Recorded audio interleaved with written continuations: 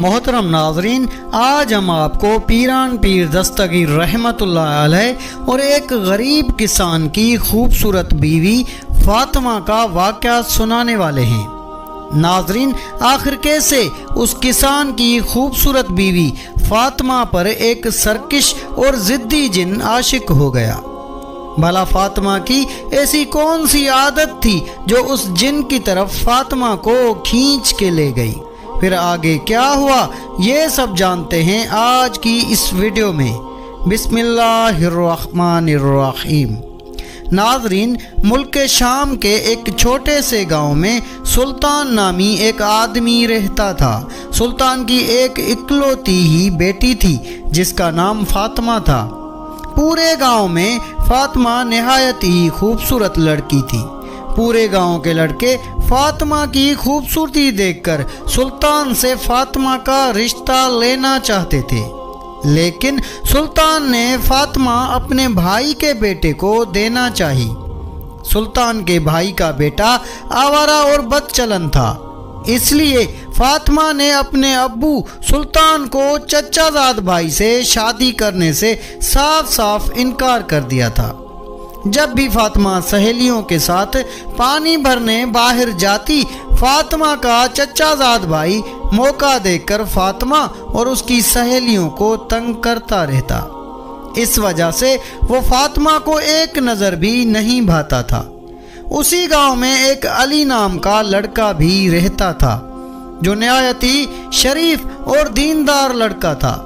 جب فاطمہ کے ابو نے فاطمہ کو شادی کے لیے ضد کی تو فاطمہ نے کہا، چاہے کچھ بھی ہو جائے ابو، میں آپ کے بھتیجے سے شادی نہیں کروں گی۔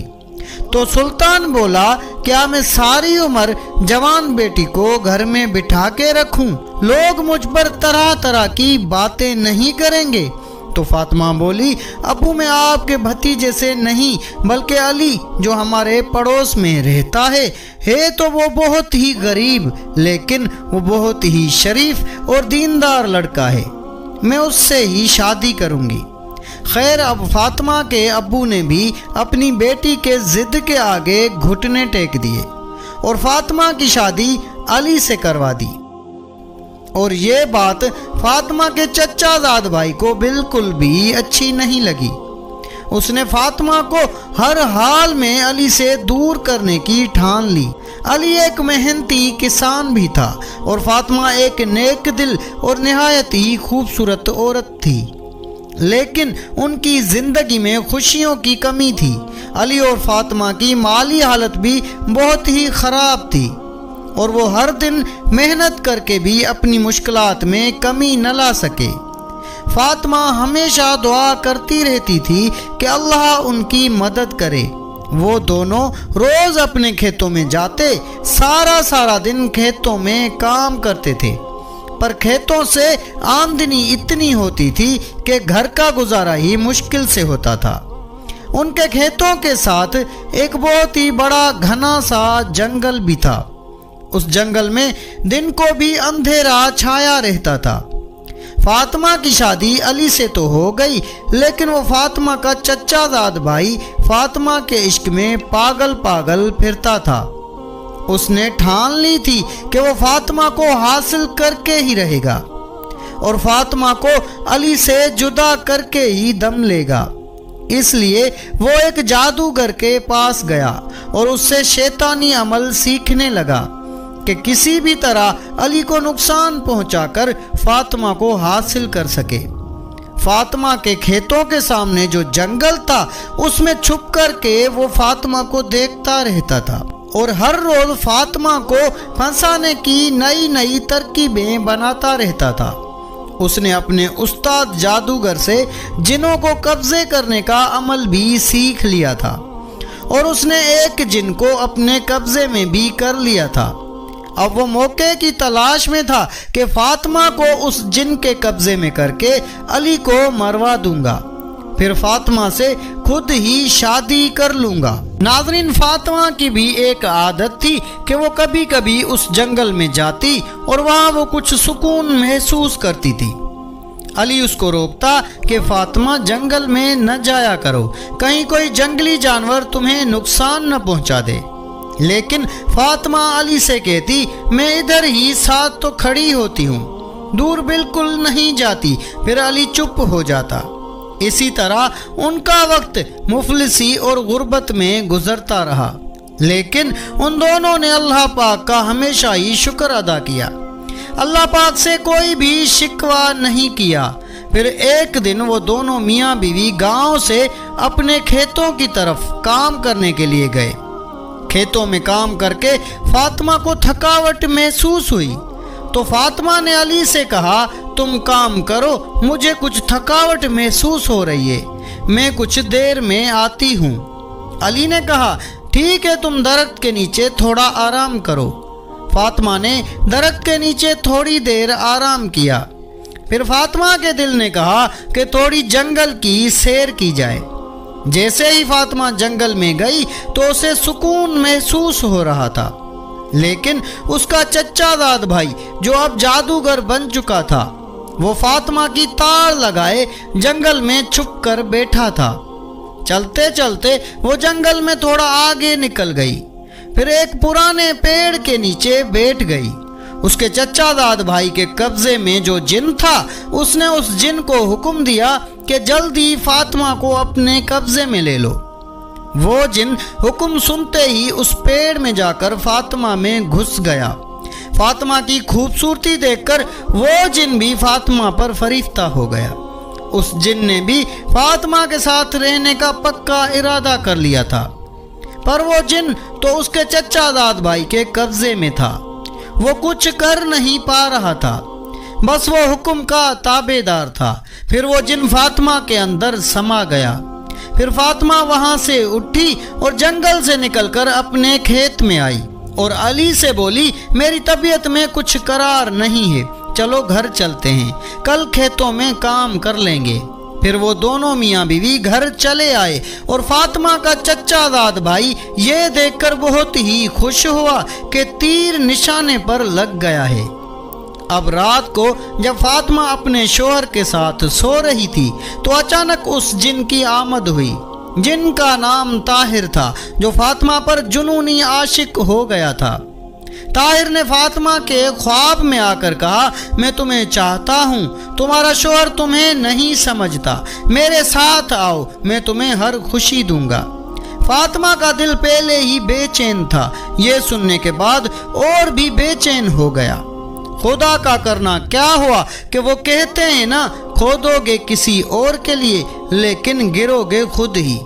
فاطمہ کے چچا داد بھائی کو ایسی مہلک بیماری لگ گئی کہ کچھ ہی دنوں میں اس بیماری نے اس کی جان ہی لے لی۔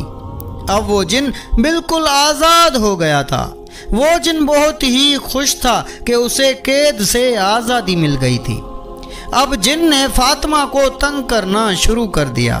وہ دن رات فاطمہ کے پیچھے رہتا، اسے مختلف طریقوں سے ڈراتا رہتا اور اس کی زندگی کو عذاب بنا دیتا۔ فاطمہ کی نیندیں اڑ گئی تھی۔ اب فاطمہ علی کو اپنے پاس نہیں آنے دیتی تھی، وہ سارا دن کھوئی رہتی تھی۔ کھیتوں میں بھی علی خود ہی کام کرنے جاتا تھا۔ اب علی بھی بہت ہی پریشان ہو گیا تھا، ایک تو مفلسی، تنگی، اور دوسرا فاطمہ بھی اب اس سے دور رہنے لگی تھی۔ اب فاطمہ بس اپنے بستر پر پڑی رہتی تھی، اس کا دل ہی نہیں کرتا تھا کہ وہ کہیں بھی باہر جائے۔ جن نے فاطمہ کے دل میں خوف پیدا کر دیا تھا، وہ ہر لمحہ اس کا پیچھا کرتا، اسے گھروں کی چھتوں پر دکھائی دیتا اور لوگوں کے سامنے فاطمہ کو تنگ کرتا۔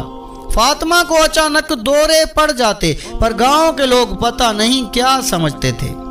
گاؤں کے لوگ بھی فاطمہ کے بارے میں باتیں کرنے لگے تھے۔ اس جن نے فاطمہ کا جینا حرام کیا ہوا تھا۔ علی سے بھی فاطمہ کا یہ درد برداشت نہیں ہوتا تھا، پر وہ بیچارہ کچھ کر بھی تو نہیں سکتا تھا۔ علی نے گاؤں کے حکیموں کو دکھایا، وہ دوائی دیتے اور کہتے تمہاری بیوی ٹھیک ہو جائے گی، لیکن بیوی کو جو مرض تھا اس کی دوا تو کہیں اور ہی تھی۔ ایسے کرتے کرتے حکیموں کو دکھاتے دکھاتے فاطمہ کی بیماری کو 2 سال گزر گئے، لیکن فاطمہ کی طبیعت ٹھیک نہیں ہوئی۔ پھر ایک دن علی کو ایک گاؤں والے نے بولا کہ یہاں سے بہت دور ایک پہاڑی پر ایک اللہ والا رہتا ہے، میں اس کے پاس گیا تھا اپنی بیوی کو دم کرانے کے لیے، میری بیوی اب ٹھیک ہو گئی ہے، تم بھی اس کے پاس اپنی بیوی کو لے جاؤ، اس سے دم وغیرہ کراؤ، شاید تمہاری بیوی بھی ٹھیک ہو جائے۔ پھر ایک دن علی نے فاطمہ کو اس اللہ والے کے پاس لے جانے کا ارادہ کیا۔ اب فاطمہ اور علی گھر سے نکل کر اس اللہ والے کے پاس جانے کو تیار ہو گئے۔ اب فاطمہ علی سے کم ہی بات کرتی تھی اور یہ بات علی کو کھائے جاتی تھی۔ فاطمہ نے پورے راستے علی سے کوئی بھی بات نہ کی۔ خیر وہ اگلے دن اس اللہ والے کے پاس جا پہنچے۔ اس اللہ والے کے پاس لوگوں کا ہجوم تھا، لوگ اللہ والے کے پاس دعائیں لینے کے لیے جمع تھے۔ اب جیسے ہی لوگوں کا ہجوم کم ہوا، علی فاطمہ کو اللہ والے کے سامنے لے گیا۔ علی نے روتے ہوئے فاطمہ کا سارا حال اس اللہ والے کو بتا دیا اور اللہ والے سے گزارش کی کہ آپ ایسی کوئی دعا دیں کہ میری بیوی بالکل ٹھیک ہو جائے۔ اس اللہ والے نے فاطمہ کو اپنے پاس بلایا اور فاطمہ کے اوپر دم کیا۔ پھر علی سے کہا، فاطمہ کو ہر مہینے دم کروانے کے لیے میرے پاس لے آیا کرو، انشاءاللہ تعالی یہ کچھ ہی مہینوں میں ٹھیک ہو جائے گی۔ اب علی اللہ والے سے دعائیں لے کر فاطمہ کو گھر لے آیا۔ کچھ دن تو فاطمہ کی طبیعت بالکل ہی ٹھیک رہی، وہ علی کے ساتھ اب کھیتوں میں بھی جانے لگی تھی۔ پر کچھ دن بعد اس جن نے پھر فاطمہ کو تنگ کرنا شروع کر دیا۔ اب روز وہ جن فاطمہ کے پاس آتا اور فاطمہ کو کچھ بھی ہوش نہیں رہتا تھا۔ اب پہلے کی طرح فاطمہ علی کو اپنے پاس نہیں آنے دیتی تھی۔ علی بیچارہ پریشان رہنے لگا کہ آخر وہ اپنی بیوی کو کس طرح سے پہلے جیسے حال میں لوٹا سکتا ہے۔ کچھ دن بعد علی پھر فاطمہ کو اس اللہ والے کے پاس لے گیا۔ پھر اللہ والے نے فاطمہ پر دم کیا اور فاطمہ پھر سے ٹھیک ہو گئی اور علی اس کو اپنے گھر لے کر آ گیا۔ ایسے کرتے کرتے 5 سال گزر گئے۔ فاطمہ کی طبیعت میں کوئی خاص فرق نہیں پڑا تھا۔ اب فاطمہ کو جن نے دھمکی دی کہ اگر وہ علی کے ساتھ رہی تو وہ اس کی زندگی کو عذاب بنا دے گا۔ فاطمہ علی سے اب دور الگ کمرے میں رہنے لگی۔ اب فاطمہ بالکل ایک ڈھانچے کی طرح ہو گئی تھی۔ علی بھی پریشان، کوئی حکیم، کوئی طبیب، کوئی اللہ والا نہیں چھوڑا جس کو فاطمہ کو دکھایا نہ ہو۔ پھر ایک دن علی کے گاؤں میں وہی اللہ والا آیا ہوا تھا۔ سب گاؤں والوں نے اس سے جا کر دعائیں لیں۔ علی بھی اپنی بیوی کو اس کے پاس لے گیا اور سارا حال بتایا کہ میری بیوی کو 5 سال ہو گئے ہیں، پتہ نہیں کس ضدی جن کا سایہ پڑ گیا ہے جو اس کو چھوڑنے کا نام ہی نہیں لے رہا۔ اب یہ بالکل ڈھانچے کی طرح ہو گئی ہے اور مجھے اپنے پاس بھی نہیں آنے دیتی ہے۔ اس اللہ والے نے فاطمہ کو دعا دی پر علی کو بولا اس پر بہت ہی ضدی جن کا سایہ پڑ گیا ہے۔ یہ جو جنگل میں جاتی تھی یہ جن تمہاری بیوی کو اس جنگل کے پرانے درخت سے ہی لگا ہے، لہذا یہ میرے بس کی بات بالکل بھی نہیں ہے۔ بہتر یہ ہے کہ تم بغداد شریف چلے جاؤ۔ شوہر نے حیرت سے پوچھا کہ بغداد شریف کیوں چلا جاؤں؟ وہاں پر کوئی بہت بڑے درویش یا فقیر موجود ہیں کیا؟ شوہر کہنے لگا میں تو آپ کے پاس آتا ہوں، آپ کے پاس تعویذ کا اثر بالکل ہی نہیں ہو رہا ہے۔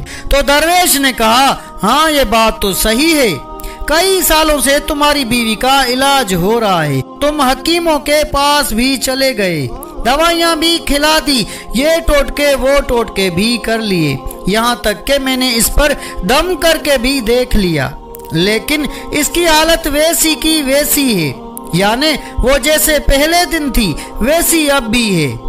فقیر اللہ والے نے کہا بس تم بغداد میں چلے جاؤ۔ اس نے کہا بغداد میں کون رہتا ہے؟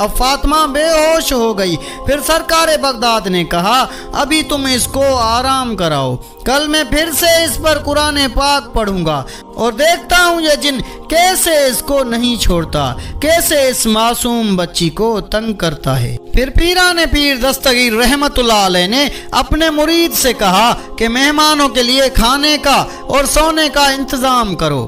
پھر مرید نے آپ کے حکم کی تعمیل کی۔ اگلی صبح جیسے ہی ہوئی، سارا دن بغداد شریف میں مریدوں کی آمد رہی۔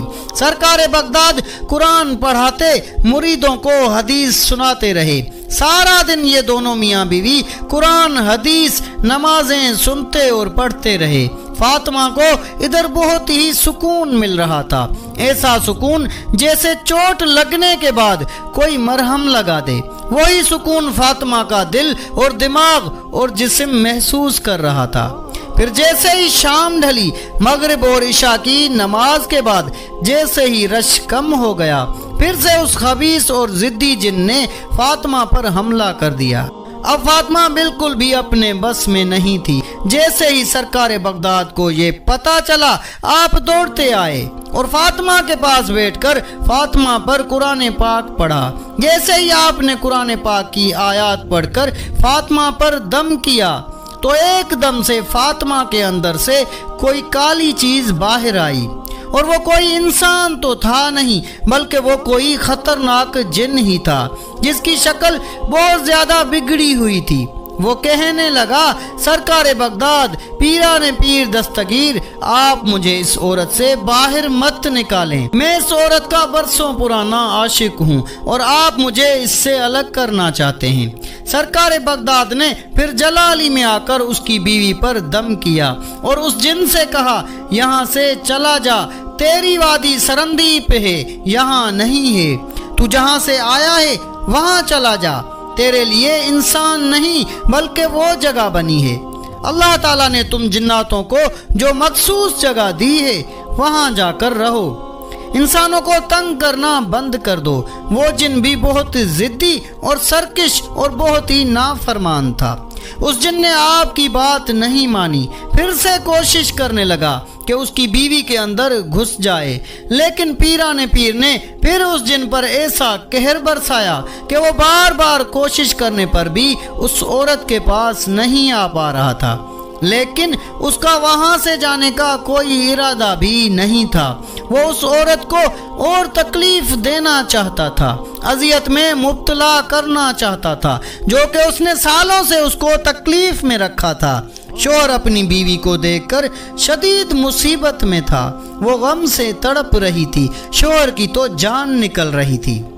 سرکار بغداد نے عورت پر قرآن پاک پڑھ کر آخری دم کیا اور عورت سے کہا اب تم قرآن پاک کی حفاظت میں ہو، اس جن کی کوئی مجال ہی نہیں جو تمہارے قریب بھی آ سکے۔ پھر وہ ضدی اور سرکش جن جیسے ہی ضد کر کے اس عورت کے پاس آیا، جن ایک دم سے چیخنے لگا جیسے اس کو کوئی مار رہا تھا۔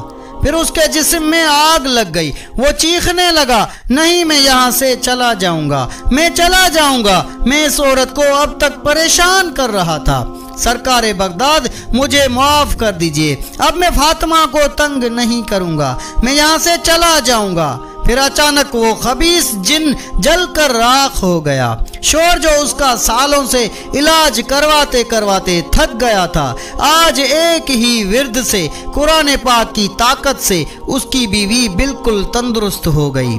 علی اور فاطمہ نے ایک دوسرے کو گلے سے لگایا اور اللہ کا شکر ادا کیا، جن کی مداخلت نے انہیں اور بھی مضبوط بنا دیا تھا۔